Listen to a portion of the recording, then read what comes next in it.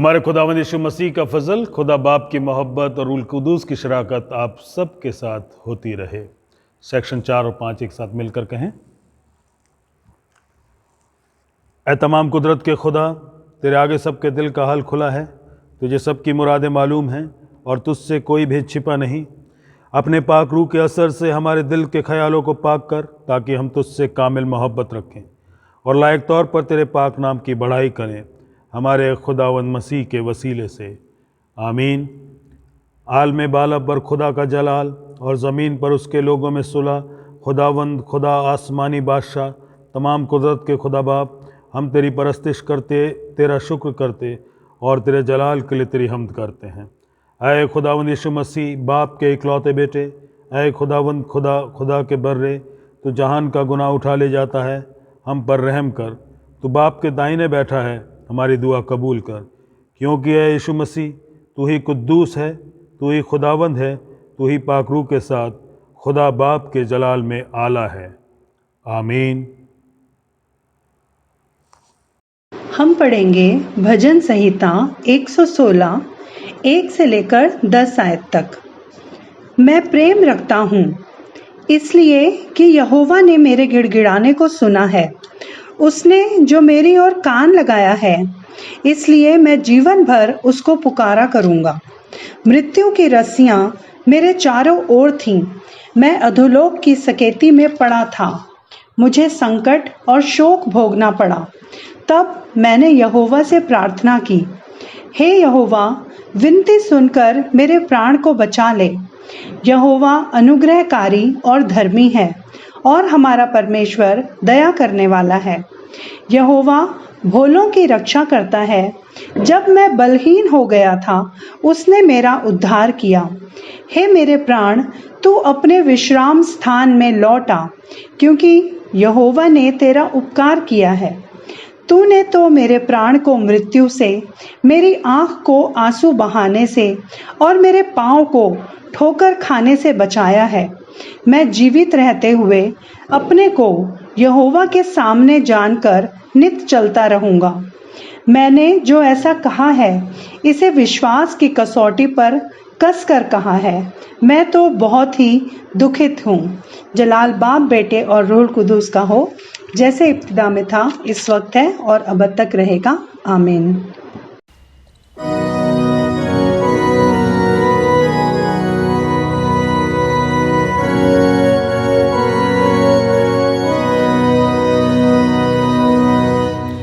Oh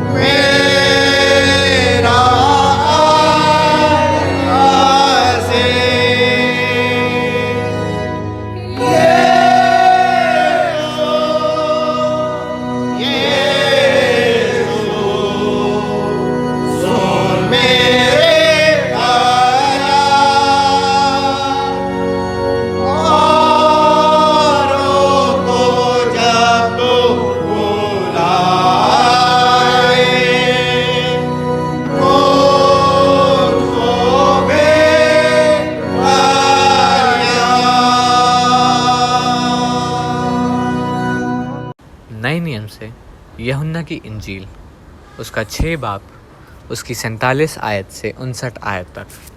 यूहन्ना 6 47 से 59। मैं तुमसे सच सच कहता हूँ कि जो कोई विश्वास करता है अनंत जीवन उसी का है। जीवन की रोटी मैं हूँ। तुम्हारे बाप दादों ने जंगल में मन्ना खाया और मर गए। ये वही रोटी है जो स्वर्ग से उतरती है ताकि मनुष्य उसमें से खाए और ना मरे। जीवन की रोटी जो स्वर्ग से उतरी मैं हूँ। यदि कोई इस रोटी में से खाए तो सर्वदा जीवित रहेगा, और जो रोटी मैं जगत के जीवन के लिए दूंगा वो मेरा मांस है। इस पर यहूदी यह कहकर आपस में झगड़ने लगे कि यह मनुष्य क्यों कर हमें अपना मांस खाने को दे सकता है। यीशु ने उनसे कहा, मैं तुमसे सच सच कहता हूँ, जब तक मनुष्य के पुत्र का मांस ना खाओ और उसका लहू ना पियो तुम में जीवन नहीं। जो मेरा मांस खाता और मेरा लहू पीता है अनंत जीवन उसी का है, और मैं अंतिम दिन उसे फिर जिला उठाऊंगा। क्योंकि मेरा मांस वास्तव में खाने की वस्तु है और मेरा लहू वास्तव में पीने की वस्तु है। जो मेरा मांस खाता है और मेरा लहू पीता है वो मुझ में स्थिर बना रहता है और मैं उसमें। जैसा जीवित पिता ने मुझे भेजा और मैं पिता के कारण जीवित हूँ, वैसा ही वो भी जो मुझे खाएगा मेरे कारण जीवित रहेगा। जो रोटी स्वर्ग से उतरी यही है। बाप दादाओं के समान नहीं कि खाया और मर गए। जो कोई ये रोटी खाएगा वो सर्वदा जीवित रहेगा। ये बातें उसने कफरनहूम के एक आराधनालय में उपदेश देते समय कही। ये मसीह की इंजील है। आइए वचन में जाने से पहले हम परमेश्वर के सामने अपने सरों को झुकाएं, प्रार्थना करें ताकि परमेश्वर की अगुवाई हम सबको इस कलाम के लिए मिल सके। प्रार्थना करें। प्यारे परमेश्वर, धन्यवाद करते हैं प्रभु आज के इस सुंदर समय के लिए, इस अवसर के लिए जो आपने हमें दिया है। परमेश्वर, धन्यवाद के साथ आपकी हुजूरी में आते हैं और आपसे मांगते हैं कि जो वचन आज के लिए आपने ठहराया है, जब उसको पढ़ते हैं, उस पर मनन करते हैं, तो परमेश्वर आपकी पवित्र आत्मा की अगुवाई हमें मिल सके, ताकि परमेश्वर ये वचन हम पर जाहिर हो सके, इसका प्रकाशन हमारे लिए हो सके, और प्रभु हम इसके द्वारा अपने जीवनों को खुदावंद आपकी खिदमत के लिए तैयार कर सकें। खुदावंद यीशु मसीह के नाम में मांगते हैं, आमीन। मेरे साथ निकाल लीजिए भजन संहिता भजन 116, साम 116। किसी ने सही कहा है कि अगर आप ट्रायल में नहीं हैं इस वक्त, इसका मतलब यह है कि या तो आप उस ट्रायल, उस आजमाइश, उस मुसीबत के समय से बाहर आ गए हैं या उसमें जाने वाले हैं। क्योंकि ये जो ट्रायल्स हैं, मुश्किल वक्त हैं, मुसीबत का समय है, हमारी ज़िंदगी का एक हिस्सा है। कई बार हम इसमें होते हैं या इससे बाहर निकल आते हैं या इसमें जा रहे होते हैं। और इसलिए भजन संहिता में एक बहुत बड़ा थीम है जिसमें बार बार भजन के लिखने वाले अलग अलग भजनों में इस बात का जिक्र करते हैं, अपनी दुहाई, अपनी प्रार्थना को परमेश्वर के सामने रखते हैं, अपने उन ट्रायल्स का जिक्र इन भजनों में करते हैं। और ये लिखे गए हैं, रिकॉर्ड किए गए हैं, ताकि इनके द्वारा हम अपनी ज़िंदगियों में उस बात के साथ रिलेट कर सकें और इन वचनों के द्वारा हम परमेश्वर की उस तसल्ली, उस शांति को पा भी सकें।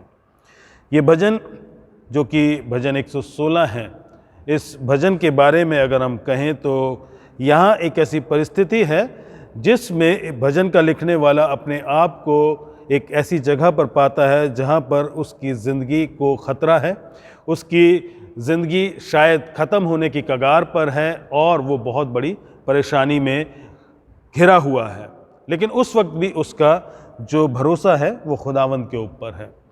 और इस भजन को जब हम देखते हैं तो यहाँ पर एक चीज़ खास है, इस भजन के ऊपर कोई टाइटल नहीं दिया गया है जिसमें ये कहा जा सके कि ये जो भजन है किसने लिखा है। और शायद इसके लिए एक मकसद ये है कि हमारी एक इंसानी टेंडेंसी ये होती है कि अगर किसी और की परेशानी के बारे में हमें पता लगता है, किसी की मुसीबत या तकलीफ़ के बारे में हमें पता लगता है, तो हम अपनी तकलीफ़ से जब उसको कंपेयर करते हैं तो उसको दरकिनार कर देते हैं, क्योंकि हम समझते हैं कि शायद वो तकलीफ़ इतनी बड़ी नहीं है। और इसीलिए हो सकता है कि परमेश्वर ने ये नहीं बताया कि ये भजन किसने लिखा है, ताकि इस टेम्पलेट में हम अपने खुद के ज़िंदगी के उन लम्हों, उन तकलीफ़ों को रिलेट करके देख सकें जिसमें हमें किसी और से, किसी और की तकलीफ़ के साथ इसे कंपेयर करके नहीं देखना है। एक बहुत अच्छा टेम्पलेट है, एक बहुत अच्छा फॉर्मेट एग्जाम्पल है अपनी तकलीफ़ों को खुद एहसास में लाकर परमेश्वर के सामने रखने का और उससे बातचीत करने का। क्योंकि एक प्रार्थना है जिसे ग्रेटिट्यूड की प्रार्थना, धन्यवाद की प्रार्थना कहा जाता है और बहुत ख़ास प्रार्थना है, और इसलिए हम आज इस प्रार्थना के ऊपर थोड़ी देर के लिए गौर करेंगे। यकीनन इसके ऊपर टाइटल नहीं दिया गया है कि ये किसने लिखा है, लेकिन ज़्यादातर स्कॉलर्स जब इस पूरे भजन को पढ़ते हैं वो एक बात के ऊपर एग्री करते हैं कि बहुत बड़ी पॉसिबिलिटी है कि शायद ये भजन दाऊद ने लिखा था, क्योंकि दाऊद की ज़िंदगी के साथ इसके बहुत से जो पहलू हैं वो रिलेट करते हैं। और जब हम दाऊद की बात करते हैं तो दाऊद की ज़िंदगी में कुछ ऐसी चीज़ें रही थी जिनके बारे में वो परमेश्वर के सामने लगातार जाता था, और इसी तकलीफ़ के साथ, इस परेशानी के साथ जब उसकी ज़िंदगी को हम देखते हैं कि बहुत बड़े ख़तरे में है, वो परमेश्वर के सामने आता है। उसके सामने जो सिचुएशन है वो लाइफ थ्रेटनिंग है, उसकी जो ज़िंदगी को ख़तरा है वो बहुत बड़ा है और उसका जो मैग्नीट्यूड है वो बहुत ज़्यादा है। क्योंकि भजन 116 उसके तीसरे पद को जब हम देखते हैं, जहाँ पर भजन का लिखने वाला इस बात का जिक्र करता है, तो वो कहता है, मृत्यु की रस्सियाँ मेरे चारों ओर थीं, मैं अधोलोक की सकेती में पड़ा था, मुझे संकट और शोक भोगना पड़ा। यहाँ पर अगर इस भजन का लिखने वाला दाऊद है तो दाऊद ये कह रहा है कि उसकी ज़िंदगी में एक ऐसा मौका आया जब उसकी ज़िंदगी ख़त्म होने के कगार पे थी। वो ऐसी परिस्थिति में पहुँच चुका था जहाँ पे मौत से उसका सामना एकदम रूबरू हो गया था, और उस वक्त में वो अपनी ज़िंदगी को ख़त्म होता हुआ देख सकता था। शायद दाऊद ऐसी किसी लड़ाई का जिक्र कर रहा है, जैसे किसी वॉर या बैटल का जिक्र कर रहा है जहाँ पर उसका सामना दुश्मनों के साथ है और दुश्मनों ने उसके ऊपर हमला किया है और शायद फिज़िकल तरीके से उसे बहुत बड़ा नुकसान पहुँचा चुके हैं, या शब्दों के द्वारा उसको बहुत ज़्यादा इंसल्ट किया जा चुका है, बहुत ज़्यादा अपमानित किया जा चुका है, और वो उस जगह पर पहुंच चुका है जहां पर वो हर तरीके से अपनी ज़िंदगी को बिल्कुल ख़त्म होता हुआ देख रहा है। कई बार जब लड़ाइयाँ हुआ करती थी आमने सामने, तो दो दुश्मन जब एक दूसरे के साथ लड़ाइयों में, इन वॉर्स में हुआ करते थे, पूरे दिन लड़ाई के बाद वो जब शाम के समय में या रात के समय में रिट्रीट करते थे ताकि वो अपने अपने खेमों में जाकर अपने अपने जो लोग मर चुके हैं उनको दफना सकें, अपने जो घायल हैं उनको मेडिकल एड दे सकें और अपने लिए खा पी कर खुद एक बार फिर से कुछ ताकत हासिल कर सकें, ताकि अगले दिन के लिए फिर तैयार हो सकें। और कई बार ये सिलसिला कई दिनों, कई हफ्तों और कई बार इससे भी ज़्यादा चलता था। इसलिए दाऊद जब उस जगह पर है, वो अपने आप को उस परिस्थिति में पाता है जहाँ पर उस लड़ाई के बीच में है या ऐसी ही किसी परिस्थिति के बीच में है। और इस भजन 116 और इसके तीसरे पद में जब वो कहता है, मैं अधोलोक की सकेती में पड़ा था, मुझे संकट और शोक भोगना पड़ा। यहाँ पर हम देखते हैं कि एक ऐसा इंसान है जिसका सामना मौत के साथ है। चार्ल्स स्पर्जन इसको बहुत अच्छे तरीके से एक्सप्लेन करते हैं, इस पर्टिकुलर वर्स को, दाऊद की इस परिस्थिति को। वो कहते हैं कि ये ठीक ऐसा था जैसे एक हिरन शिकारी कुत्तों और शिकारी के सामने फंस जाता है। अब हम उस शिकार को तो शायद नहीं देख सकते, लेकिन हम इस बात को समझने की कोशिश कर सकते हैं। इमेजिन करके देखिए कि एक हिरन है, वो चारों तरफ से भेड़ियों से घिर गया है, और जब भेड़िए चारों तरफ उसके आसपास हैं, वो अपने दायरे को, अपने सर्कल को कम करते हुए जा रहे हैं। और जो हिरन है ये बहुत बुरी तरीके से घबरा चुका है, डर इसकी आंखों में दिखाई दे सकता है, क्योंकि अपनी आंखों से अपनी मौत को अपनी तरफ बढ़ता हुआ देख रहा है। और जब वो दायरा और ज़्यादा कम होता जा रहा है, इसके दिल की धड़कन को शायद हम सुन सकें कि कितनी तेज़ तरीके से, कितनी पेस के साथ वो धड़क रही है, और ना सिर्फ इसकी आंखों में, इसकी बॉडी लैंग्वेज में भी उस डर को पूरे तरीके से महसूस किया जा सकता है। और जब ये हिरन उस माहौल में है, शायद भेड़ियों में से एक भेड़िया पीछे से आकर इस पे वार करता है, अपने दांतों को इसकी गर्दन पर गड़ा देता है और उस गड़ाए जाने के साथ साथ उस दर्द को जो ये हिरन महसूस करता है वो बढ़ता जा रहा है। इसका डर, इसका खौफ और उसके साथ साथ ये दर्द, ये तकलीफ जो उस दांत के गड़ाए जाने से हो रहा है, ये हिरन एकदम पैरालाइज्ड हो जाता है, एकदम बिल्कुल शरीर में ऐसी अवस्था में आ जाता है जहाँ पे कोई हरकत नहीं कर सकता। अजीज़ों, कई बार हमारी ज़िंदगियों में ऐसा ही एक अवसर आ जाता है जब चारों तरफ से खतरा हमारी तरफ बढ़े, चारों तरफ से परेशानियां हमें घेर लेती हैं और उन परेशानियों में हमारी जो दिल की हालात हैं वो बहुत ज़्यादा ख़राब हो जाते हैं, दिल की धड़कनें बढ़ जाती हैं, हमारी आंखों में, हमारी बॉडी लैंग्वेज में वो डर, वो खौफ दिखाई देने लगता है। और उसके साथ साथ जब वो ख़तरा बिल्कुल नज़दीक आ जाता है, हमें अपनी चपेट में पूरे तरीके से ले लेता है, हम कुछ हरकत नहीं कर सकते, हम बिल्कुल पैरालाइज्ड हो जाते हैं। अजीज़ों, इस भजन में इस चीज़ का जिक्र हमारे सामने किया गया है। शायद दाऊद ने भी अपने आप को ऐसी परिस्थिति में पाया और जब उसने इस परिस्थिति में अपने आप को पाया तो वो देख सकता था कि बिल्कुल ज़िंदगी उसके हाथों से निकल रही है। लेकिन उसका रिस्पॉन्स क्या है जब ऐसे माहौल में परेशानी ने चारों तरफ से उसे घेर लिया है, वो किस तरीके से रिस्पॉन्ड करता है? चौथे पद में उसका रिस्पॉन्स हमें दिखाई देता है। उसका रिस्पॉन्स क्या है? तब मैंने यहोवा से प्रार्थना की, हे यहोवा, विनती सुनकर मेरे प्राण बचा ले। उसकी एक प्रार्थना है, उसकी आवाज़ है जिसको यहाँ पर वो हमारे सामने रख रहा है। अजीज़ों, हम उसकी इस आवाज़ में उसके डेस्परेशन, उसकी बेकरारी को देख सकते हैं। वो परमेश्वर के सामने है और परमेश्वर से कह रहा है, हे यहोवा, मेरी विनती सुनकर मेरे प्राण को बचा ले। उसकी आवाज़ में वो डेस्परेशन, वो गंभीरता और वो शिद्दत दिखाई दे रही है जो अपनी ज़िंदगी को बचाने के लिए गुहार लगा रही है। अजीज़ों, यहाँ पर एक चीज़ बहुत खूबसूरत है। उस वक्त जब मौत उसके सामने है, वो परमेश्वर से दूर नहीं हुआ है बल्कि परमेश्वर के और नज़दीक आ गया है।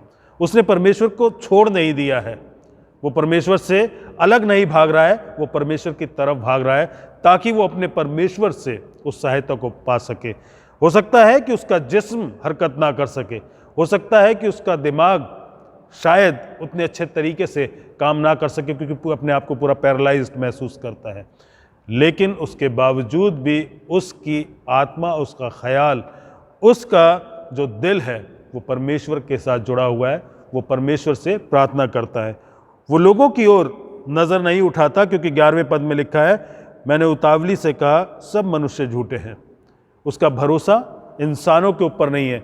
वो इंसान जो ये कहते हैं कि हम तेरी मदद करेंगे, हम तुझे बचा लेंगे, हम तेरे साथ रहेंगे, उसका भरोसा उनके ऊपर नहीं है क्योंकि वो जानता है कि वो सिर्फ और सिर्फ परमेश्वर पर भरोसा कर सकता है। और उसने परमेश्वर पर भरोसा किया, परमेश्वर के सामने वो है, परमेश्वर से विनती कर रहा है और परमेश्वर से अपने प्राणों की दुहाई देकर रक्षा की विनती उसके सामने रख रहा है। अजीज़ों, ये दाऊद उस वक्त कर रहा है जब उसके सामने ज़िंदगी उसके हाथों से निकल रही है। उसने परमेश्वर से प्रार्थना की और परमेश्वर ने उसकी प्रार्थना को किस तरीके से सुना, ये रिस्पॉन्स हमारे लिए देखना ज़रूरी है क्योंकि जो प्रार्थना परमेश्वर से की गई है उस प्रार्थना में हम सारे भजनों के सार को भी देख सकते हैं क्योंकि भजन लिखने वाले अलग अलग जगह पर बार बार ये जिक्र करते हैं, परमेश्वर मेरा शरण स्थान है, परमेश्वर मेरी ढाल है, परमेश्वर मेरी सुरक्षा है, परमेश्वर मेरी सहायता है। और दाऊद भी उसी चीज़ को यहाँ पर परमेश्वर के सामने रख रहा है क्योंकि वो सारी बात सही हैं, इसलिए मैं अपनी ढाल, अपनी सुरक्षा, अपनी सहायता, अपने शरण स्थान, अपने परमेश्वर के पास आया हूँ और मैं परमेश्वर से प्रार्थना कर रहा हूँ और परमेश्वर मेरी प्रार्थना सुनेगा। और जब दाऊद ने ये प्रार्थना की तो परमेश्वर का रिस्पॉन्स उसके लिए क्या है ये हम देख सकते हैं क्योंकि 7वें पद में जाकर हम देखते हैं, यहाँ पर दाऊद जिस बात का जिक्र करता है, हे मेरे प्राण तो अपने विश्राम स्थान पर में लौटा क्योंकि यहोवा ने तेरा उपकार किया है। यहाँ पर दाऊद जिक्र करता है कि परमेश्वर ने किस तरीके से रिस्पॉन्ड किया, उसको एक बार फिर से कैसे रेस्टोरेशन में लेकर आया और कि एक बार फिर से उसकी जान को बहाल किया है। भजन 23 में जहाँ पर हम पढ़ते हैं कि वो मेरी जान को बहाल करता है, वो मेरे जी में जी ले आता है, उसी चीज़ को हम यहाँ पर भी देख सकते हैं कि दाऊद अपने आप से, अपने प्राण, अपनी सोल, अपनी जान से कह रहा है कि तू अपने विश्राम स्थान में लौट आ, तू अपने परमेश्वर की उस रेस्टोरेशन में जो परमेश्वर तुझे देता है उसमें लौटा, और दाऊद उस जगह वापस लौट कर आता है। ये हौसला, ये आश्वासन परमेश्वर से मिलता है। ये हम सब के लिए भी है, क्योंकि 8वें पद में वो बताता है कि परमेश्वर ने उसके लिए क्या किया है, किस तरीके से परमेश्वर उसको रेस्टोर कर रहा है। और 8वें पद में हम देखते हैं, वहाँ पर लिखा है, तूने तो मेरे प्राण को मृत्यु से, मेरी आँख को आंसू बहाने से और मेरे पाँव को ठोकर खाने से बचाया है। अजीजों, ये रेस्टोरेशन है जो हमें समझना ज़रूरी है। इस तरीके से हमारी जान को बहाल किया जा सकता है, हमारे जी में परमेश्वर जी वापस लौटा कर लेकर आता है। ये वो पूरे तरीके से ऐसा एक होलसम साल्वेशन, उसका जो परमेश्वर के द्वारा बचाया जाना है, उसका जिक्र यहाँ पर है। इट इज़ ऑल एनकम्पस्ड रेस्टोरेशन और ऑल एनकम्पस्ड। यहाँ पर हम देख सकते हैं कि परमेश्वर उसको रिडीम कर रहा है। किस तरीके से कर रहा है? तूने मेरे प्राण को मृत्यु से, मेरी आँखों को आंसू बहाने से और मेरे पाँवों को ठोकर खाने से बचा लिया है। 3 एलिमेंट्स यहाँ पर हैं। पहला एलिमेंट है, तूने मेरे प्राण को मृत्यु से बचा लिया है। दाऊद उस वक्त अपनी मौत को अपने सामने देख रहा था। उसे मालूम था कि उसकी मौत निश्चित है और कोई उसे बचा नहीं सकता, लेकिन फिर भी परमेश्वर ने उसकी जान को बचा लिया है, उसको ज़िंदगी बख्श दी है। शायद उसके आसपास जो लोग थे उनकी ज़िंदगियां नहीं बचाई गई, शायद वो घायल भी था, लेकिन उसके बावजूद अपने घावों के ऊपर वो रिफ्लेक्ट कर रहा है और उस वक्त परमेश्वर को धन्यवाद दे रहा है कि उसकी ज़िंदगी को बचाया गया है। फिजिकल तरीके से परमेश्वर ने उसको सस्टेन कर लिया है, उसके जिस्म को बचा लिया है और वो इस समय ज़िंदा है। और इस बात के लिए वो शुक्रगुजार है, क्योंकि वो जिंदों की ज़मीन पर ज़िंदा है। हम अक्सर ये दुआ करते हैं, परमेश्वर हम तेरा धन्यवाद करते हैं कि तूने हमें अपनी जिंदों की ज़मीन पर ज़िंदा रखा है। और दाऊद इस प्रार्थना को यहाँ पर कर रहा है, वो धन्यवाद दे रहा है परमेश्वर को इस प्रार्थना में कि वो ज़िंदा है, परमेश्वर ने उसको मौत के हाथ से छुड़ा लिया है। लेकिन उसके साथ साथ दूसरी चीज़ जो यहाँ पर वो कहता है, मेरी आँखों को आंसू बहाने से तूने मुझे बचा लिया है। अजीज़ों, परमेश्वर ने उसकी आँखों के आंसू को कैसे बहाने से बचाया है, ये हमें समझना बहुत ज़रूरी है। ऐसा नहीं है कि उसकी आँखों में आंसू नहीं है, ऐसा नहीं है कि उस दुख तकलीफ़ के समय में वो रोया नहीं होगा, ऐसा भी नहीं है कि वो बिल्कुल इनसेंसिटिव हो गया और उसने आंसू नहीं बहाए। लेकिन यहाँ पर जो अनांसू बहाने का, आंसू बहाने से बचाए जाने का मतलब है, वो इससे गहरा है, क्योंकि जो आंसू बहाना है वो सिर्फ थोड़े समय के लिए नहीं होता। कई बार तकलीफ़ इतनी ज़्यादा होती है कि हमारे इमोशंस, हमारी थॉट्स और हमारी ज़िंदगी का पूरा पर्सपेक्टिव नेगेटिव हो जाता है। दाऊद कह रहा है, खुदावंद तूने मेरी ज़िंदगी में से उस नेगेटिविटी को हटा दिया है, तूने मुझे पूरे तरीके से उस नेगेटिविटी में नहीं जाने दिया है।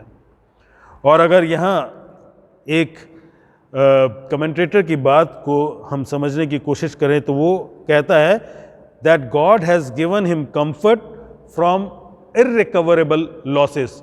वो ऐसे लॉसेस, वो ऐसे नुकसान जिनकी भरपाई कोई नहीं कर सकता, कभी नहीं हो सकती, उन नुकसानों में भी परमेश्वर ने इस भजन के लिखने वाले को आश्वासन, तसल्ली और कंफर्ट, सुकून दिया है। अजीज़ों, बहुत ज़रूरी है ये सुकून इंसान को मिलना, क्योंकि ऐसा कोई भी इंसान नहीं है जो इन तकलीफ़ों से होकर ना निकले। और कई बार जब हम इन तकलीफ़ों से होकर निकलते हैं तो हम सदमे में आ जाते हैं। सदमा जो कि ट्रायल्स के साथ हमारी ज़िंदगी में आता है, जब कभी कोई बड़ा नुकसान हमारी ज़िंदगी में होता है तो सदमा हमारी ज़िंदगी में आ जाता है। कई बार किसी अजीज़ की मौत, किसी ऐसे अजीज़ की मौत जिससे जुदा होने का एहसास, ख्याल भी हमें परेशान कर देता है। कई बार एक ऐसे इंसान की जो हमें सबसे ज़्यादा नज़दीकी तरीके से अजीज़ होता है, हम उसको खो बैठते हैं। कई बार हम फिज़िकल तरीके से अपने जिस्म में किसी हिस्से को खो बैठते हैं या अपने जिस्म में ऐसी बीमारी को पाते हैं जो हमें बिल्कुल नेगेटिव कर देती है। कई बार हमारी ज़िंदगी में कोई ऐसा हादसा होता है, कोई ऐसा अब्यूज़ हमारे साथ होता है या किसी के साथ ऐसी कोई घटना होती है जिसे वो इंसान भुला नहीं सकता। अजीज़ों, कई बार इन चीज़ों की वजह से डिप्रेशन हमारी ज़िंदगी में आता है और डिप्रेशन या ऐसा सदमा कई बार वहाँ पर आकर नहीं रुक जाता है, इसका असर बहुत लंबे समय तक चलता है। साइंटिफिक टर्म में या साइकोलॉजी के टर्म में इसे PTSD कहा जाता है, post traumatic syndrome, post traumatic stress disorder इसको कहा जाता है। और ये इंसानों को ज़िंदगी में आगे बढ़ने से रोक लेता है और कई बार लोग इसकी वजह से भी अपने आप को एक किस्म से दिमागी तौर से, जिस्मानी तौर से पैरालाइज पाते हैं, वो कुछ नहीं कर पाते, नेगेटिविटी में चले जाते हैं। दाऊद को परमेश्वर ने उस वक्त भी तसल्ली, शांति दी जब उसकी ज़िंदगी में ऐसी नेगेटिविटी, ऐसा स्ट्रेस, ऐसा डिप्रेशन और ऐसा पोस्ट ट्रॉमेटिक स्ट्रेस डिसऑर्डर आ सकता था, उससे उसको बचाया। और ये इसलिए हुआ कि दाऊद ने अपना भरोसा परमेश्वर पर रखा, वो परमेश्वर के पास आया, परमेश्वर से बातचीत की और परमेश्वर में बना रहा। अगर हम दूसरा कुरिन्थियों उसके पहले अध्याय और तीसरे पद को देखते हैं तो जो पॉल कह रहा है, दाऊद भी यहाँ पर वही बात कर रहा है। पॉल इस तीसरे से पांचवें पद तक जो जिक्र कर रहा है दूसरे कुरिन्थियों उसके पहले अध्याय, वहाँ पर वो कह रहा है, we need to go to God of all comfort. हमें उस परमेश्वर के पास जाना है जो सारी सुकून, सारी शांति, सारे आराम देने वाले परमेश्वर का एक मोनोपोली, उसका एकाधिकार है। हमें उस परमेश्वर के पास जाना है। तीसरे पद में यहाँ पर लिखा है, हमारे प्रभु यीशु मसीह परमेश्वर और पिता का धन्यवाद हो, जो दया का पिता और सब प्रकार की शांति का परमेश्वर है, गॉड ऑफ ऑल कंफर्ट। और पांचवें पद में लिखा है, क्योंकि जैसे मसीह के दुखों में हम अधिक सहभागी होते हैं, वैसे ही हम शांति में भी मसीह के द्वारा अधिक सहभागी होते हैं। He is God of all comfort, he gives us comfort even when we are in the most painful situation. हम कितनी भी दर्द, तकलीफ, मुसीबत के समय में क्यों ना हो, परमेश्वर हमें शांति, तसल्ली, हमें कंफर्ट दे सकता है। और इस कंफर्ट को वो हमें देना चाहता है और उस कंफर्ट को समझने के लिए हमें परमेश्वर में बना रहना है, जैसे पौलुस बना रहा। और पौलुस बना रहा, दाऊद बना रहा, क्योंकि हम जब पौलुस की ज़िंदगी में देखते हैं तो पौलुस की ज़िंदगी में भी एक परेशानी थी। उसकी ज़िंदगी में कांटा था जिसे वो निकालना चाहता था और शायद नहीं निकाला गया। और परमेश्वर ने भी ये नहीं बताया कि वो कौन सा कांटा था, किस तरीके से आया था, ताकि हम भी अपनी हर परेशानी में परमेश्वर के साथ रिलेट कर सकें और परमेश्वर के पास आ सकें। और पौलुस रोमियो की पत्री उसके चौथे पद में उस आश्वासन, उस शांति, उस तसल्ली, उस कंफर्ट की बात करता है। चौथे पद में लिखा है रोमियो 15:4 में, जितनी बातें पहले लिखी गई वे हमारी शिक्षा के लिए लिखी गई हैं और हम धीरज और पवित्र शास्त्र के प्रोत्साहन द्वारा आशा रखें। यहाँ पे उम्मीद की बात की गई है, यहाँ पे धीरज की बात की गई है, लेकिन एक शब्द प्रोत्साहन यहाँ पर आया है। प्रोत्साहन शब्द के लिए ग्रीक भाषा में जो शब्द आया है वो वही शब्द है पैराकलेओ, जो परमेश्वर प्रभु यीशु मसीह यूहन्ना की इंजील में सहायक के लिए बात करते हुए इस्तेमाल करते हैं। और उसका जो ट्रांसलेशन है वो है कंफर्टर। परमेश्वर हमें कंफर्ट देना चाहता है, लेकिन कंफर्ट हमें कैसे मिलेगी? परमेश्वर की सहभागिता, उसकी उपस्थिति में, जब हम परमेश्वर के पास आते हैं। और यहाँ पर पौलुस रोमियो 15:4 में कह रहा है कि ये सारी बातें जो कलाम में लिखी गई हैं वो हमारे लिए लिखी गई हैं, हमारे प्रोत्साहन के लिए लिखी गई हैं। अजीज़ों, जब हम किसी चीज़ के लिए, बीमारी या परेशानी के लिए जब हम कोई दवाई लेते हैं, मेडिसिन लेते हैं, तो क्या करते हैं? मेडिसिन हमारी ज़िंदगी में जब आती, हमारे जिस्म में जब जाती है वो काम करती है, लेकिन कई बार उतना काम नहीं करती जितना उसे करना चाहिए। हम डॉक्टर के पास जाते हैं तो डॉक्टर क्या कहता है, इसकी डोज बढ़ा दो। हम उस डोज को बढ़ाते हैं, कई बार डोज डबल कर दी जाती है या उससे भी ज़्यादा कर दी जाती है ताकि दवाई हमारी ज़िंदगी में असर कर सके। कलाम भी हमारी ज़िंदगी के लिए ठीक वैसा ही है। कई बार जब हम तसल्ली के लिए कलाम के पास आते हैं तो हमें कलाम की डोज को बढ़ाने की ज़रूरत है। जब हम उस कलाम की डोज को बढ़ाते हैं तो उस कलाम से हमें आश्वासन, तसल्ली, सुकून, शांति और कंफर्ट मिलता है। उसी कंफर्ट को दाऊद ने परमेश्वर से पाया और उसने कहा कि परमेश्वर, तूने ना सिर्फ मुझे फिजिकल तरीके से बचाया, तूने मुझे नेगेटिव थॉट्स, नेगेटिव एटीट्यूड और नेगेटिव बिहेवियर से भी बचा लिया है। परमेश्वर, मैं जो मुझे नुकसान हुआ उस नुकसान के बाद जो उसका असर था, तूने उससे मुझे बचा लिया है। क्योंकि ऐसा नहीं लिखा है कि परेशानियां हमारी ज़िंदगी में नहीं आएंगी। कलाम में ये वायदा भी नहीं है कि हम हमेशा अच्छा जीवन बिताएंगे, हमें कोई तकलीफ़ नहीं देखनी पड़ेगी।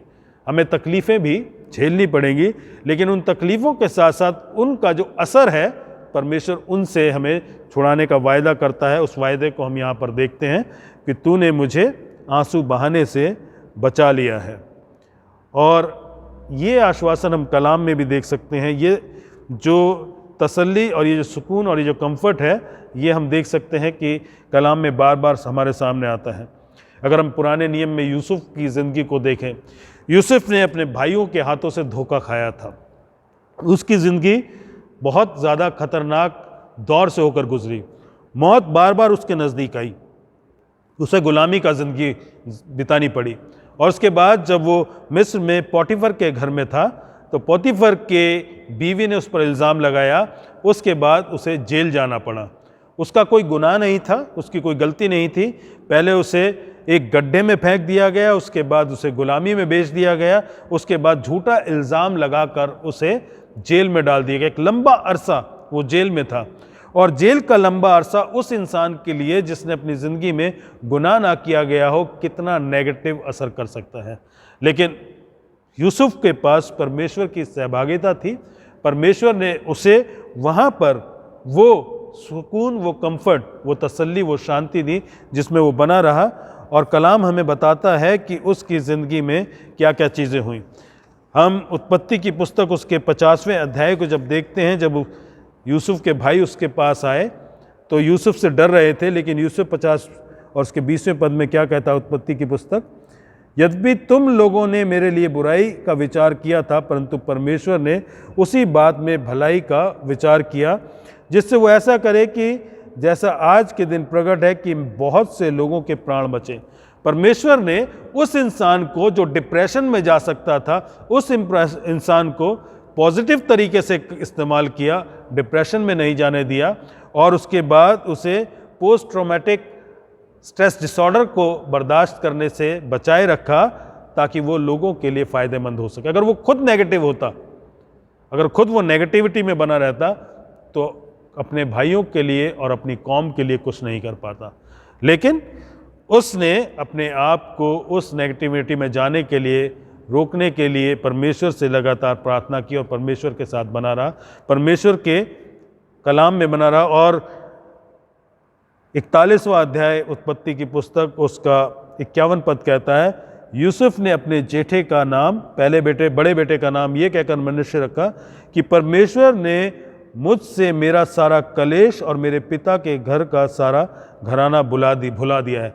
परमेश्वर ने उस सारे कलेश को भुलाने में उसकी सहायता की। वो कलेश जो उसको डिप्रेस कर सकता था, उसको नेगेटिविटी में ले जा सकता था, परमेश्वर ने उस बात से उसको बचा कर रखा। और 52वां पद कहता है, दूसरे बेटे का नाम उसने ये कहकर एप्रैम रखा, मुझे दुख भोगने के देश में परमेश्वर ने फलवंत किया। उस परिस्थिति में भी जहाँ पर उसको मायूस हो जाना चाहिए था, निराश हो जाना चाहिए था, परमेश्वर ने वहाँ पर भी ना सिर्फ उसे नेगेटिविटी में जाने से रोका, लेकिन उसे फ्रूटफुल भी किया। अजीज़ों, अगर हम परमेश्वर से तसल्ली, उसकी शांति को पाते हैं, उसकी कंफर्ट को पाते हैं, तो परमेश्वर ना सिर्फ हमें फिज़िकल तरीके से रेस्टोर करता है, वो हमें रूहानी तरीके से भी हमारे जान को भी बहाल करता है, जिसका जिक्र यहाँ पर है। पहली चीज़, दाऊद को परमेश्वर ने मौत से छुड़ाया, फिजिकल तरीके से उसे प्रोटेक्ट किया, उसे बचाए रखा। दूसरी, उसे नेगेटिव थॉट से बचा कर रखा। और तीसरा यहाँ है, और मेरे पाँवों को ठोकर खाने से बचाया। उसकी ज़िंदगी को सिर्फ बचा ही नहीं लिया गया, लेकिन परमेश्वर ने उससे एक और बड़ी चीज़ से बचाया। उसने कोई भी जो फैसले थे वो गलत फैसले नहीं किए। He did not make sinful decisions. उसने अपनी ज़िंदगी में जो काम थे उनको सही बनाए रखा, क्योंकि परमेश्वर ने उसकी सहायता की थी। परमेश्वर ने उसे गलत फैसले करने से रोका, उसके कदमों को सही रास्ते पर चलने के लिए बनाए रखा। वो गिरा नहीं, वो आजमाइश आने पर परमेश्वर से अलग नहीं हुआ, परमेश्वर को छोड़कर भागा नहीं, परमेश्वर से दूर नहीं हुआ, वो परमेश्वर से नाराज़ भी नहीं हुआ। क्योंकि बहुत सी बार ऐसा होता है, जब कोई बड़ा हादसा, बड़ा सदमा, बड़ा नुकसान, बड़ा ट्रायल हमारी ज़िंदगी में आता है तो हम परमेश्वर से नाराज़ हो जाते हैं। हम अपने आसपास के लोगों के लिए एक कड़वाहट को अपनी ज़िंदगी में रख लेते हैं। कई बार अपना गुस्सा हम अपने आसपास के लोग, अपने फैमिली या और लोग जो हमारे दायरे में हैं उनको पहुंचाकर हम अपने गुस्से को जाहिर करते हैं, उनका नुकसान करते हैं। लेकिन दाऊद ने ऐसा कुछ नहीं किया, क्योंकि दाऊद को परमेश्वर ने फिज़िकल तरीके से संभाला, उसे साइकोलॉजिकल तरीके से संभाला, उसे स्पिरिचुअल तरीके से भी संभाला। उसको पूरे तरीके से संभाल कर सही रास्ते पर चलने के लिए तैयार रखा। क्योंकि अगर परमेश्वर के उस काम को हम देखें तो वचन में सिर्फ यूसुफ ही ऐसा ट्रायल में तसल्ली पाने वाला नहीं था। अगर हम इब्रानियों के 11वें अध्याय को देखें, वहाँ पर एक लंबी लिस्ट है कौन कौन से लोग थे जो परमेश्वर में बने रहे और परमेश्वर के कहलाए, और परमेश्वर ने उन्हें उनके मुश्किल वक्त में, ट्रायल्स के समय में भी तसल्ली दी, सुकून दिया और उनको कंफर्ट दिया। अजीज़ों, पुराने नियम में अगर हम जाकर देखें तो भविष्यवक्ताओं को जिनको मार दिया गया था, शहीद कर दिया गया था, उन्होंने भी परमेश्वर से लगातार उस सुकून, उस शांति, उस तसल्ली को पाया। और नए नियम में जब हम आते हैं तो उन अपोस्टल्स को देखते हैं, उन प्रेरितों को देखते हैं। अर्ली चर्च में हम देखते हैं किस तरीके से लोग खुदावंद यीशु मसीह के लिए तकलीफ़ में रहे और उन्होंने अपनी ज़िंदगी को दिया, लेकिन उसके बाद भी वो परमेश्वर की शांति में बने रहे। और ख़ुद खुदावंद यीशु मसीह का जो बलिदान है, वो जो तकलीफ़ है, हम उसको देख सकते हैं। और उस तकलीफ़ के बावजूद भी परमेश्वर ने अपने बेटे को किस तरीके से उस तसल्ली में बना कर रखा, वो भी हमारे सामने है। अजीज़ों, जब परमेश्वर हमें तसल्ली में बना कर रखता है तो हम परमेश्वर के द्वारा बचाए जाते हैं। परमेश्वर हमें जिस्मानी तरीके से, हमें साइकोलॉजिकल तरीके से, मानसिक तरीके से और उसके साथ साथ हमें रूहानी तरीके से, पूरे तरीके से रिस्टोर करते हैं। परमेश्वर हमें बचाते हैं और यहाँ पर परमेश्वर का वो काम हमारे सामने है। दाऊद का एटीट्यूड परमेश्वर के लिए क्या था और दाऊद के लिए परमेश्वर का क्या एटीट्यूड था। लेकिन दाऊद का एटीट्यूड परमेश्वर के लिए, उसके लिए ऐसा रिस्पॉन्स क्यों था, वो हम देख सकते हैं। पहले पद में लिखा है, मैं प्रेम रखता हूँ इसलिए कि यहोवा ने मेरे गिड़गिड़ाने को सुना है। और दूसरा पद कहता है, उसने मेरी ओर कान लगाया है। परमेश्वर ने उसकी ओर कान लगाया है। दाऊद ने परमेश्वर के बारे में एक बात समझ ली थी कि दाऊद जानता था, 5वां पद हमें बताता है, उसने समझ लिया था यहोवा अनुग्रहकारी है, गॉड इज़ ग्रेशियस। और वो गॉड कैसे ग्रेशियस है, हम इस पहले पद के बाद जब दूसरे पद में देखते हैं तो वहाँ पर लिखा है, उसने मेरे ओर कान लगाया। और जो कान लगाने की जो बात है, जिस इंक्लाइनेशन की बात अंग्रेज़ी भाषा में की गई है, अगर हम इब्रानी भाषा में हम देखते हैं जो शब्द इस्तेमाल किया गया है, वहाँ पर जो शब्द है वो है टू बेंड। परमेश्वर ने नीचे झुककर उसकी ओर अपने कान को लगाया है। परमेश्वर को ज़रूरत नहीं है कि वो नीचे झुके, परमेश्वर को ज़रूरत नहीं कि वो परवाह करे, परमेश्वर को किसी की ज़रूरत नहीं। लेकिन परमेश्वर क्योंकि अनुग्रहकारी है, इज़ ग्रेशियस, वो इस आवाज़ को सुनने के लिए उसके पास झुका। परमेश्वर ने उसकी ओर कान लगाया और जब उसके नज़दीक आ गया तो बहुत कमज़ोर, बहुत धीमी आवाज़ में भी जब दाऊद ने इस बात को कहा होगा, हे यहोवा मेरी प्रार्थना सुन, मेरे प्राण को बचा, बहुत धीमी आवाज़ में भी उस प्रार्थना को सुन लिया गया। क्योंकि परमेश्वर अनुग्रहकारी है, दाऊद का ये जो एटीट्यूड है परमेश्वर के लिए इस बात को लेकर है कि वो दाऊद जानता है कि परमेश्वर कौन है। वो अनुग्रहकारी है, 5वां पद कहता है, और वो धर्मी है, ही इज राइचियस। परमेश्वर न्याय करने वाला है, परमेश्वर जस्टिस करने वाला है। और अगर उसके साथ कुछ ज्यादती हुई है जिसके लिए वो परमेश्वर के सामने अपनी दुहाई को रख रहा है, और हो सकता है कि परमेश्वर से तो उसे तसल्ली, शांति मिल गई है, उसे आराम, उसे सुकून मिल गया है, लेकिन जिसने उसको नुकसान पहुंचाया है वो बहुत ज़्यादा अपनी ज़िंदगी को आसानी से, अपने आराम से और मज़े से जी रहा है। लेकिन कलाम हमें बता रहा है क्योंकि दाऊद ये जानता है ना सिर्फ परमेश्वर अनुग्रहकारी है, वो धर्मी भी है, वो न्याय भी करेगा। इसलिए दाऊद को इस बात की तसल्ली है, शायद अभी उसकी ज़िंदगी में उस इंसान के साथ न्याय नहीं किया जा रहा, लेकिन अल्टीमेटली परमेश्वर हर एक बात के लिए हर एक जन के साथ न्याय करेगा। इसलिए हमें इस बात को समझना है कि हम ये जान लें कि हमारा एटीट्यूड परमेश्वर के लिए कैसा होना चाहिए। इस बात को जानकर कि परमेश्वर कौन है, उसके स्वभाव में क्या क्या चीज़ें हैं, हम वो जान जाएं। परमेश्वर अनुग्रहकारी है, ही इज़ ग्रेशियस।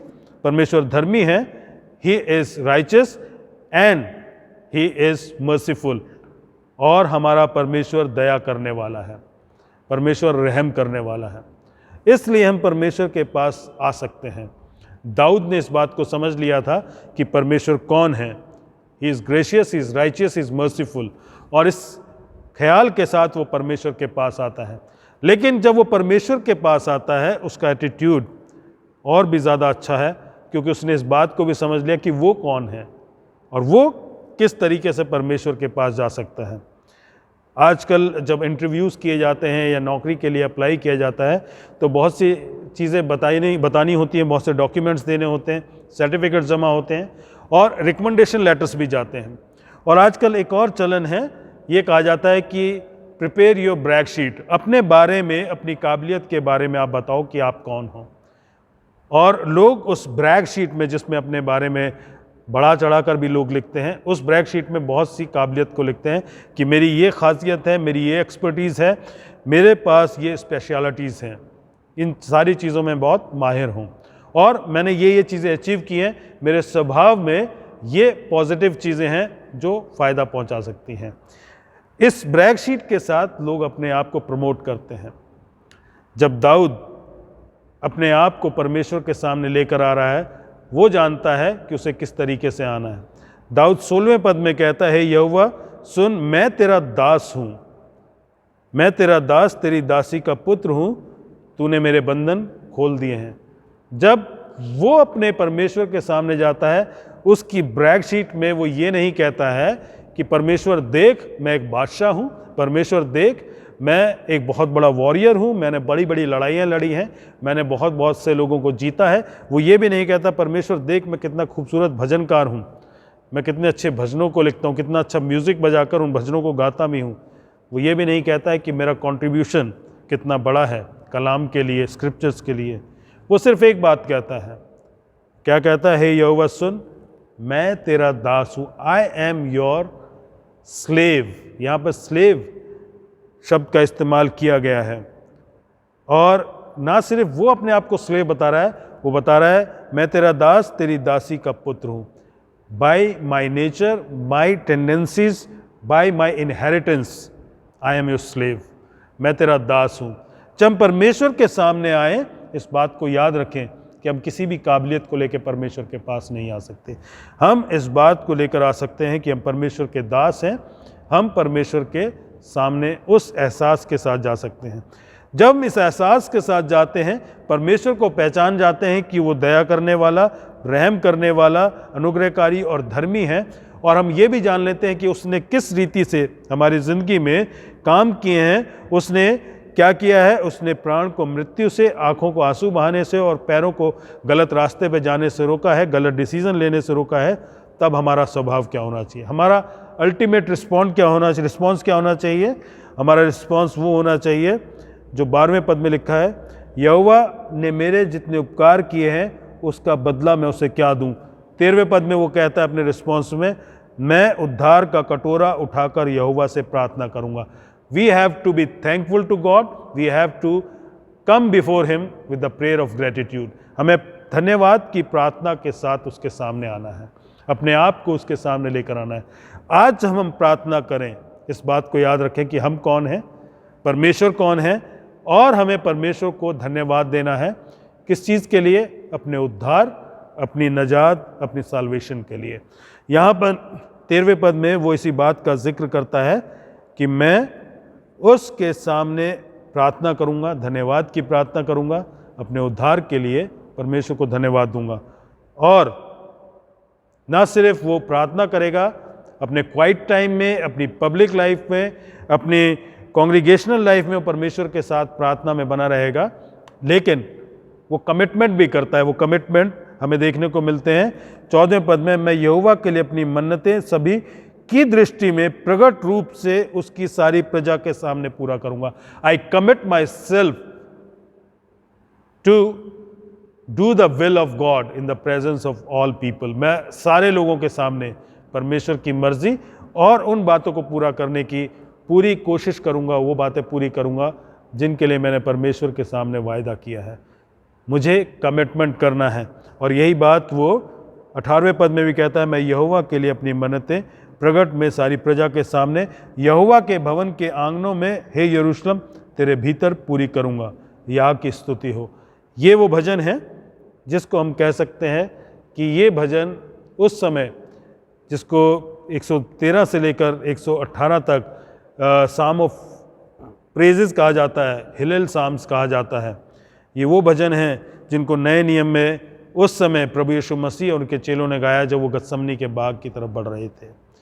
अजीज़ों, क्योंकि परमेश्वर का बेटा हमारे लिए, हमारे गुनाहों के लिए हमें तसल्ली मिल सके, हम नेगेटिविटी में ना जाएं, हम बचाए जा सकें, हम परमेश्वर के उद्धार में बने रह सकें, इन भजनों को गाते हुए गया था, क्योंकि वो जानते थे कि किस तरीके से हम अपनी ज़िंदगी में आगे बढ़ सकते हैं। क्योंकि यहाँ पर लिखा है कि तूने मेरे बंधन खोल दिए हैं, तूने मेरे बंधन खोल दिए हैं। और अगर हम यज़ीकियल की किताब में जाएं, वहाँ पे 37वें अध्याय और उसके 12वें पद को देखें तो वहाँ पर भी कुछ ऐसी ही बात की गई है। वहाँ लिखा गया है कि किस तरीके से परमेश्वर मुर्दों को ज़िंदा करने की बात करते हैं, मुर्दा हड्डियों में ज़िंदगी को बख्शने की बात करते हैं। और वहाँ पर जब नबी खुदावंद के सामने हैं तो किस तरीके से रिस्पॉन्ड करता है। यज़ीकियल 37 उसका 12वां पद कहता है, इस कारण भविष्यवाणी करके उनसे कहा, परमेश्वर यहोवा यूँ कहता है, मेरी प्रजा के लोगों, देखो मैं तुम्हारी कब्रें खोल कर तुमको उनमें से निकालूंगा। यहाँ पे कब्रों को खोलने की बात है। और जो शब्द भजन 116 में 16वें पद में बंधन खोलने के लिए किया गया है, वहाँ कब्रों को खोलने के लिए किया गया है, और उन्हीं कब्रों को खोला जा सके, लोग एक बार फिर से ज़िंदा किए जा सके खुदावंद यीशु मसीह में। खुदावंद यीशु मसीह अपनी क्रूस की तरफ बढ़ रहे हैं इन्हीं भजनों को गाते हुए। वो इसलिए है अजीज़ों, ताकि हम परमेश्वर की नजात में बने रहें। उसने हमारे बंधन खोल दिए हैं, और जब बंधन खोल दिए हैं तो हमें परमेश्वर का धन्यवाद करना चाहिए। We have to come before him, before the throne of his grace with gratitude, with thanksgiving. हमें परमेश्वर के सामने धन्यवाद के साथ आना ज़रूरी है प्रार्थना करते वक्त। अपने कमिटमेंट्स को एक बार फिर से रिन्यू करने की ज़रूरत है, ताकि हम कमिटमेंट्स को रिन्यू कर सकें। क्योंकि पिछले दिनों में हम में से बहुत से लोगों ने अपने आप को इसी तरीके से उन ट्रायल्स में पाया होगा जहाँ पर हमने मौत को नज़दीक से देखा, या अपने किसी अजीज़ को मौत के आगोश में जाते हुए देखा। पैंडेमिक एक ऐसा ही समय रहा, बहुत से लोगों को हमारे बीच से हमने जाते हुए देखा है। बहुत से ऐसे लोग जो हमारे बहुत नज़दीक थे, बीमारी के समय में जब हम में से कुछ लोग बीमार हुए, उन्होंने मौत को बहुत नज़दीक से खुद देखा, अपनी खुद की मौत को। जो रिकवर कर गए वो इस एक्सपीरियंस को बहुत अच्छे तरीके से रिलेट करके देख सकते हैं। और उस जगह से निकलने के बाद परमेश्वर ने जब उन्हें साइकोलॉजिकल तरीके से भी संभाले रखा, और उसके बाद रूहानी तरीके से उनके पैरों को भी संभाले रखा, तो अजीज़ों हमें इस बात को जानने की ज़रूरत है कि हमारा रिस्पॉन्स क्या होना चाहिए। We should be thankful, we should be full of gratitude, और हमें परमेश्वर के सामने प्रार्थना करने में उस ग्रेटिट्यूड को याद रखना है, और उसके साथ साथ हमें अपने कमिटमेंट्स को एक बार फिर से रिन्यू करने की ज़रूरत है। अजीज़ों, हम इस भजन के द्वारा अपनी ज़िंदगी को एक बार फिर से जांच और परख सकते हैं और अपने आप को इस भजन में रख के देख सकते हैं और इस भजन को अपनी ज़िंदगी की एक हकीकत बना सकते हैं। आइए हम प्रार्थना करें। हमारे प्रभु, हमारे पिता, हमारे परमेश्वर, धन्यवाद करते हैं उद्धार के लिए, जीवन के लिए, हमारी ज़िंदगियों के लिए, रूहानी ज़िंदगी के लिए और हमारे मानसिक तरीके से परमेश्वर संभाले जाने के लिए, क्योंकि परमेश्वर सिर्फ आपने संभाला है। और खुदावंद, इस वक्त उन लोगों को भी आपके सामने लेकर आते हैं जो किसी भी इस एरिया में, इन तीनों एरियाज़ में जहाँ स्ट्रगल कर रहे हैं परमेश्वर, उन सब को आपके सामने रखते हैं। प्रभु रहम करें। हमारे वो भाई जो अब तक मायूस हैं, डिप्रेस्ड हैं या किसी भी ऐसे स्ट्रेस में हैं, ट्रॉमा में हैं परमेश्वर, तो आप उनकी सहायता करें। खुदावन, जितने लोग उस ट्रॉमा से, उस सदमे से बाहर आ चुके हैं परमेश्वर, उनकी सहायता करें। प्रभु, हम सबको संभाले रखें ताकि प्रभु हम आपको पहचान सकें, हम अपने आप को पहचान सकें और उसके बाद सही तरीके से रिस्पॉन्ड कर सकें, धन्यवाद कर सकें प्रार्थना में और अपने कमिटमेंट्स को परमेश्वर आपके सामने पूरा करने की कोशिश कर सकें। प्रभु, हमें आपकी आत्मा, आपकी सहायता की ज़रूरत है, आपकी उस कंफर्ट की ज़रूरत है जो सिर्फ़ और सिर्फ आप दे सकते हैं। खुदावंद, हमारी मदद करें। प्रभु यीशु क्रिस्त के नाम में मांगते हैं, आमीन।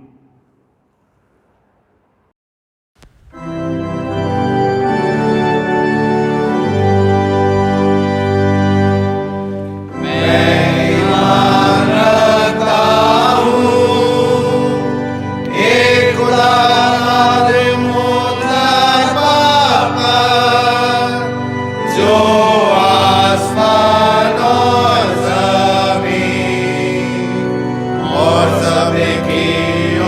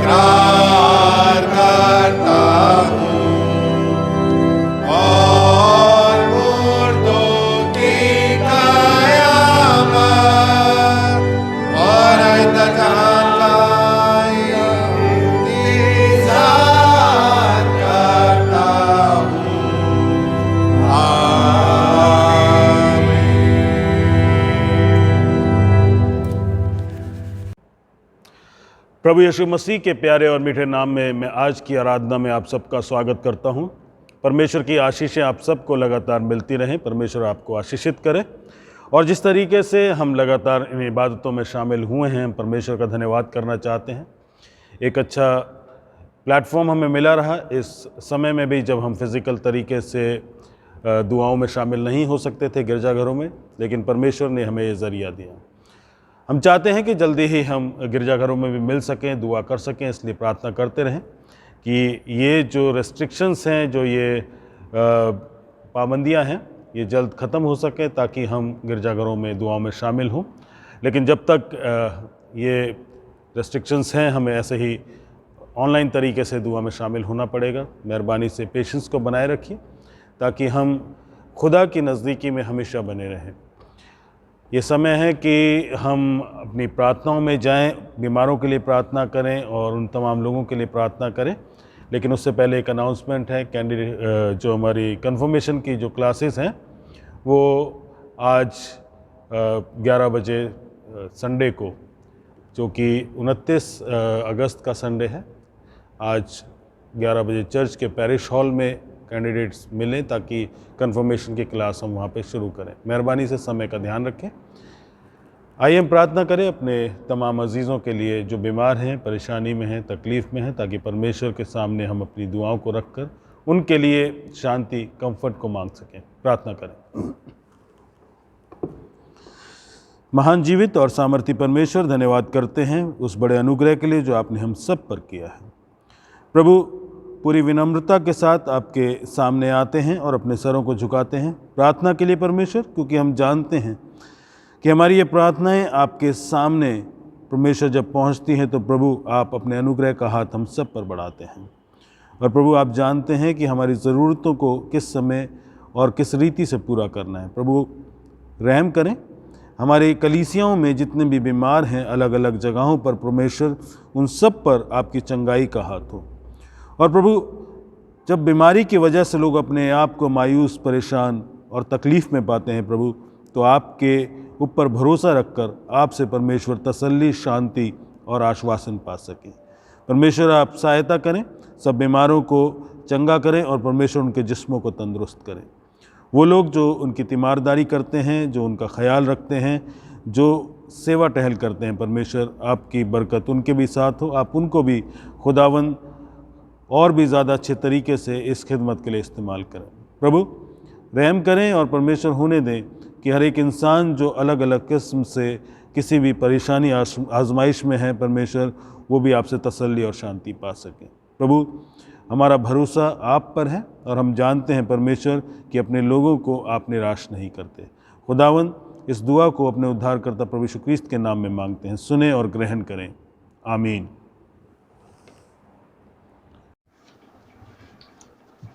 आइए हम सब इंसानों के लिए दुआ करें और अपनी दुआओं को खुदावंद यीशु मसीह की दानी सिफारिश के साथ पेश करें।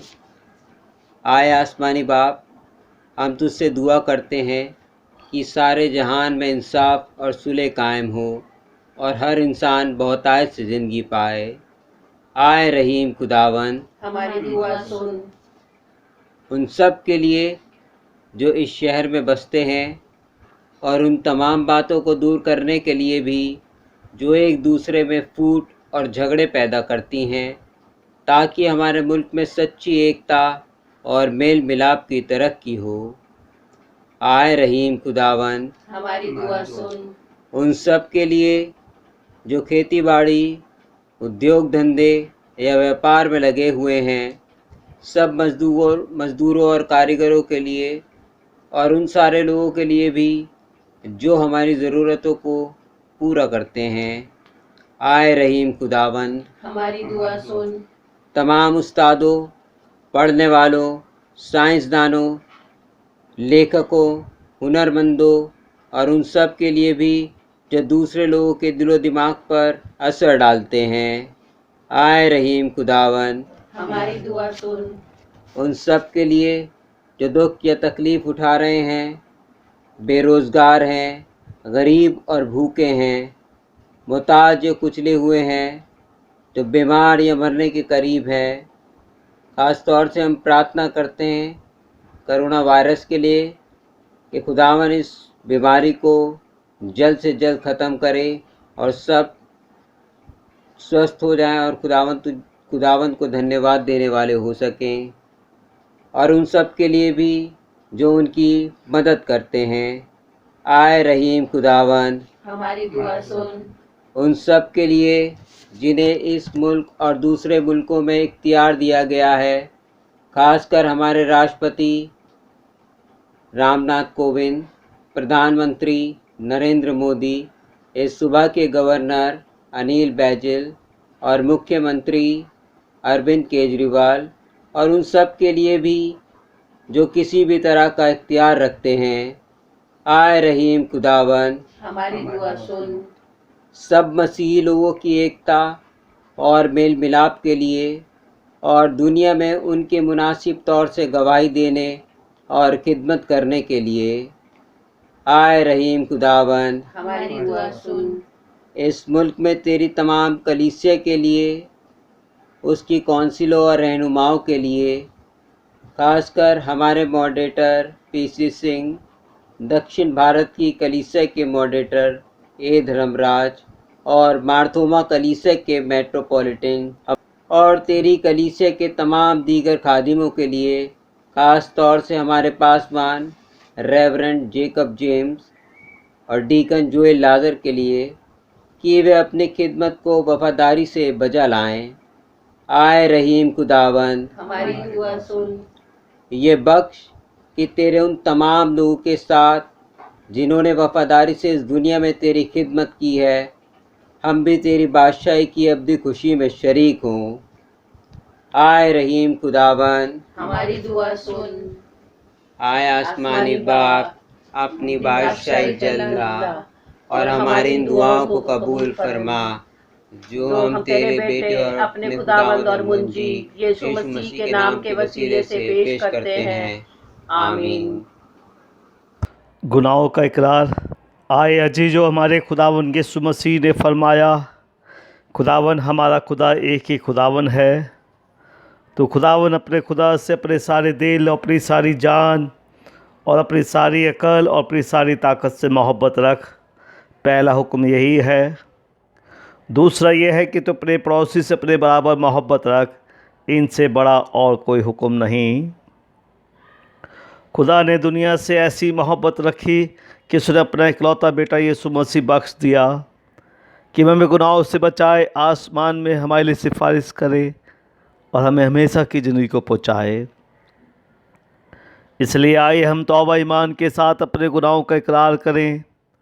हम खुदा के फजल से उसके हुक्मों को मानने का और सब लोगों के साथ मेल और मोहब्बत से रहने का पक्का इरादा करें। आए तमाम कुदरत के खुदा, हमारे आसमानी बाप, हमने ख्याल, कौल और फ़ेल से और अपने ही साथियों के ख़िलाफ़ गुनाह किया है। हमने अपनी नादानी और कमज़ोरी के बाइस और जानबूझकर भी बुराई की है और भलाई करने में नाकामयाब रहे हैं। इन सब के लिए हम निहायत गमगीन हैं और तौबा करते हैं। तेरे बेटे यीशु मसीह ने हमारे लिए अपनी जान कुर्बान की है। उसी की खातिर हमसे जो कुछ हुआ है माफ़ फरमा और ये बख्श कि हम आगे को नई ज़िंदगी में तेरी खिदमत बजलाएँ, ताकि तेरे पाक नाम का जलाल जाहिर हो। आमीन। तमाम कुदरत का खुदा उन सब को माफ़ करता है जो अपने साथियों को माफ़ करते और सच्चे दिल से तौबा करते हैं। वो हम पर रहम करे, हमारे सब गुनाहों को बख्शे और उनसे हमको रिहाई दे। हर तरह की नेकी में हमको मुस्तकमिल मजबूत करे और हमें हमेशा की ज़िंदगी में कायम रखे, हमारे खुदावंद यीशु मसीह के वसीले से। आमीन। दुआए रब्बानी एक साथ करें। ऐ हमारे बाप, तू जो आसमान पर है, तेरा नाम पाक माना जाए, तेरी बादशाहत आए, तेरी मर्ज़ी जैसे आसमान पर पूरी होती है ज़मीन पर भी हो। हमारी रोज़ की रोटी आज हमें दे। हमारे कसूरों को माफ़ कर कि हम भी अपने कसूरवारों को माफ़ करते हैं। हमें आजमाइश में ना पड़ने दे बल्कि बुराई से बचा, क्योंकि बादशाहत, कुदरत और जलाल अबद तक तेरा ही है। आमीन।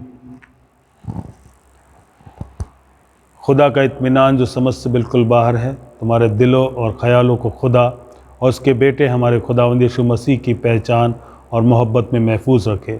और खुदा कादिर मुतलक बाप, बेटे और रुल कुदूस की बरकत तुम पर हो और तुम्हारे साथ हमेशा रहे। आमीन।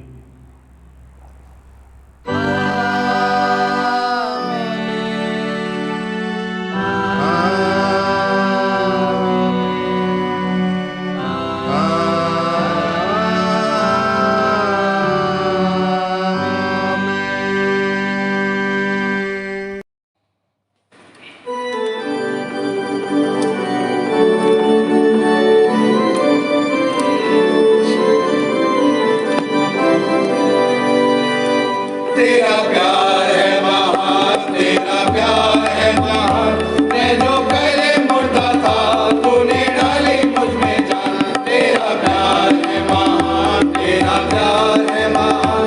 मैं जो पहले मुर्दा था तूने डाली मुझ में जान। क्यों ना बोलूं फिर मैं तेरी जय जयकार, क्यों ना बोलूं फिर मैं तेरी जय जयकार, जय जयकार, जय जयकार। तूने मेरे लिए क्या कुछ न किया। जय जयकार, जय जयकार। तूने मेरे लिए क्या कुछ न किया। मेरी सूरत बिगड़ी थी, मेरा दिल था खाली। तूने सींचा लहू से ताकि आए हरियाली। मेरी सूरत बिगड़ी थी, मेरा दिल था खाली।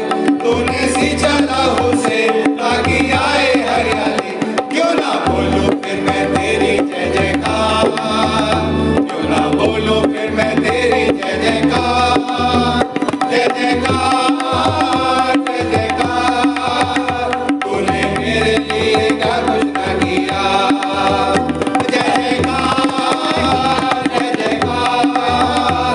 तूने मेरे लिए क्या कुछ न किया। आई जीवन में खुशी, आई अपनी जिंदगी। तू है जिंदा शाफिया, तूने ये है किया। आई जीवन में खुशी,